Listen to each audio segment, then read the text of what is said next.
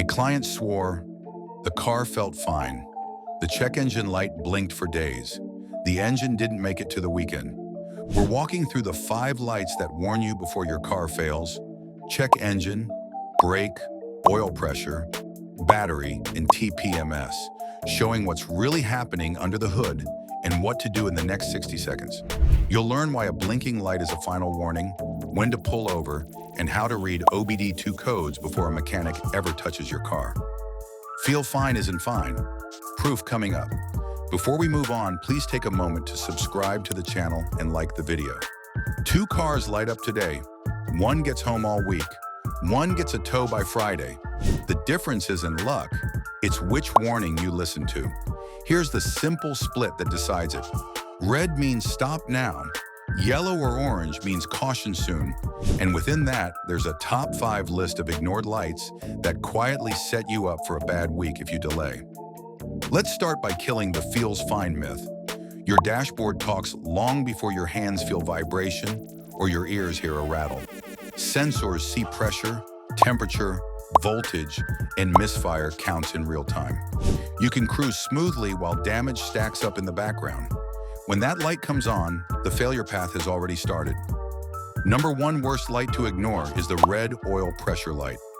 Low oil pressure doesn't mean you need a top off someday. It means the thin oil film that separates metal parts is collapsing right now. Bearings ride on that pressurized film. When the film fails, the crankshaft and rod bearings start to scuff and weld themselves in minutes. You won't hear it at first. Then the engine ticks, then knocks, then locks. The pump could be starved, the pickup screen clogged, or the oil level too low to feed the pickup in corners. Any of those routes ends the same way if you keep driving. Number 2 is the red brake warning. People see low fluid and reach for a bottle. Wrong move. Fluid drops as pads wear because the caliper pistons extend farther. Topping off hides that clue. If it's not wear, it may be a leak at a line, hose, or caliper, and the system can draw air. Air compresses, fluid doesn't. That means a longer pedal, longer stops, and then a pedal that drifts to the floor. A failed master cylinder or a torn hose will give you 1 or 2 shaky stops before total loss. That light is telling you the margin is gone. Number 3 is the check engine light, and the blink is the deal breaker. A blinking light means an active misfire. When a cylinder doesn't burn the mixture, raw fuel heads straight into the exhaust. That fuel ignites inside the catalytic converter, which runs hotter than it should and can melt internally. That part is expensive, and it can plug the exhaust, choke the engine, and increase heat stress upstream. A steady check engine can be many things, but the blink is a red alert to reduce load and stop. Number 4 is the red battery or charging light. That's not about starting, that's about staying running. If the alternator stops charging, the car lives on the battery for a short window. As voltage falls, electronic control units throw errors, sensors read wrong, fuel pumps slow, and power steering on electric racks can cut out. Headlights dim. Transmission logic can act odd. Then the engine dies, often in traffic, with little warning beyond the light you ignored. Number 5 is the yellow TPMS light. It won't strand you today, but it will cost you grip, fuel, and tire life. Underinflated tires flex more, build heat, and break down internally. At highway speed, that extra heat can lead to a blowout. Even before that, braking distances grow and steering gets sloppy. A few pounds per square inch low looks harmless. It isn't. Here's your action map. Red means pull over safely now. A blinking check engine means reduce load and stop before heat takes out the converter.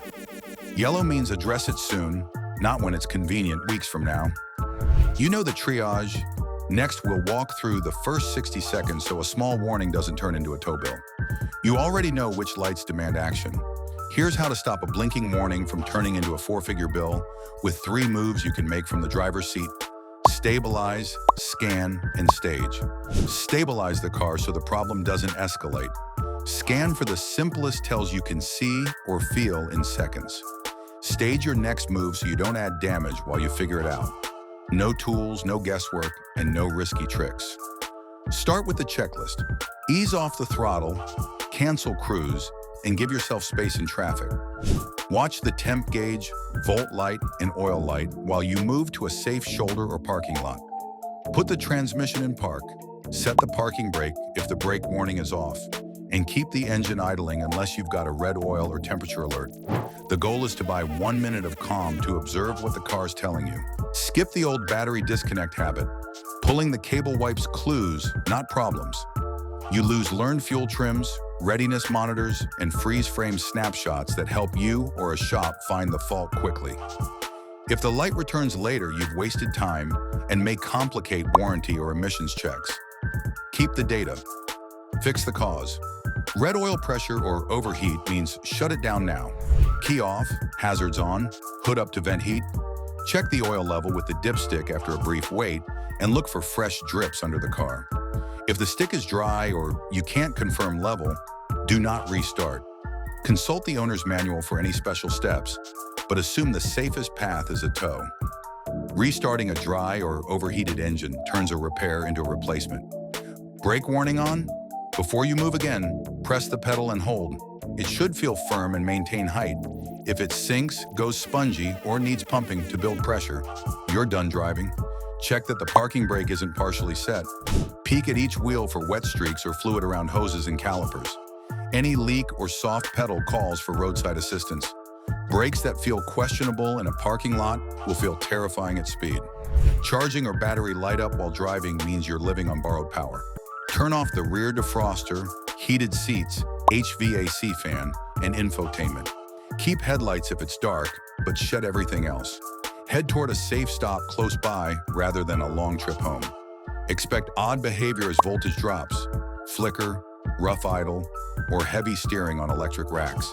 Don't wait for the stall in an intersection. TPMS on? Walk around the car. A tire that looks low is very low. Use a gauge if you have one, and inflate to the sticker in the driver's door jamb, not the sidewall max. If you don't have air on hand, drive slowly to the nearest pump and add air to spec, then recheck within a day. If one tire keeps dropping, you've got a puncture or valve issue that needs a plug or repair. If the engine is stable and safe, plug in an OBD2 scanner. Read and save the codes and freeze frame data before you touch anything. A misfire code like P0301 points to a specific cylinder. P0300 flags random misfires. Low voltage codes can confirm a charging problem. Pair the code with what you feel, shaking, rough idle, or a flashing light, and plan the next step. Clear codes only after documenting them and only when you've addressed the cause.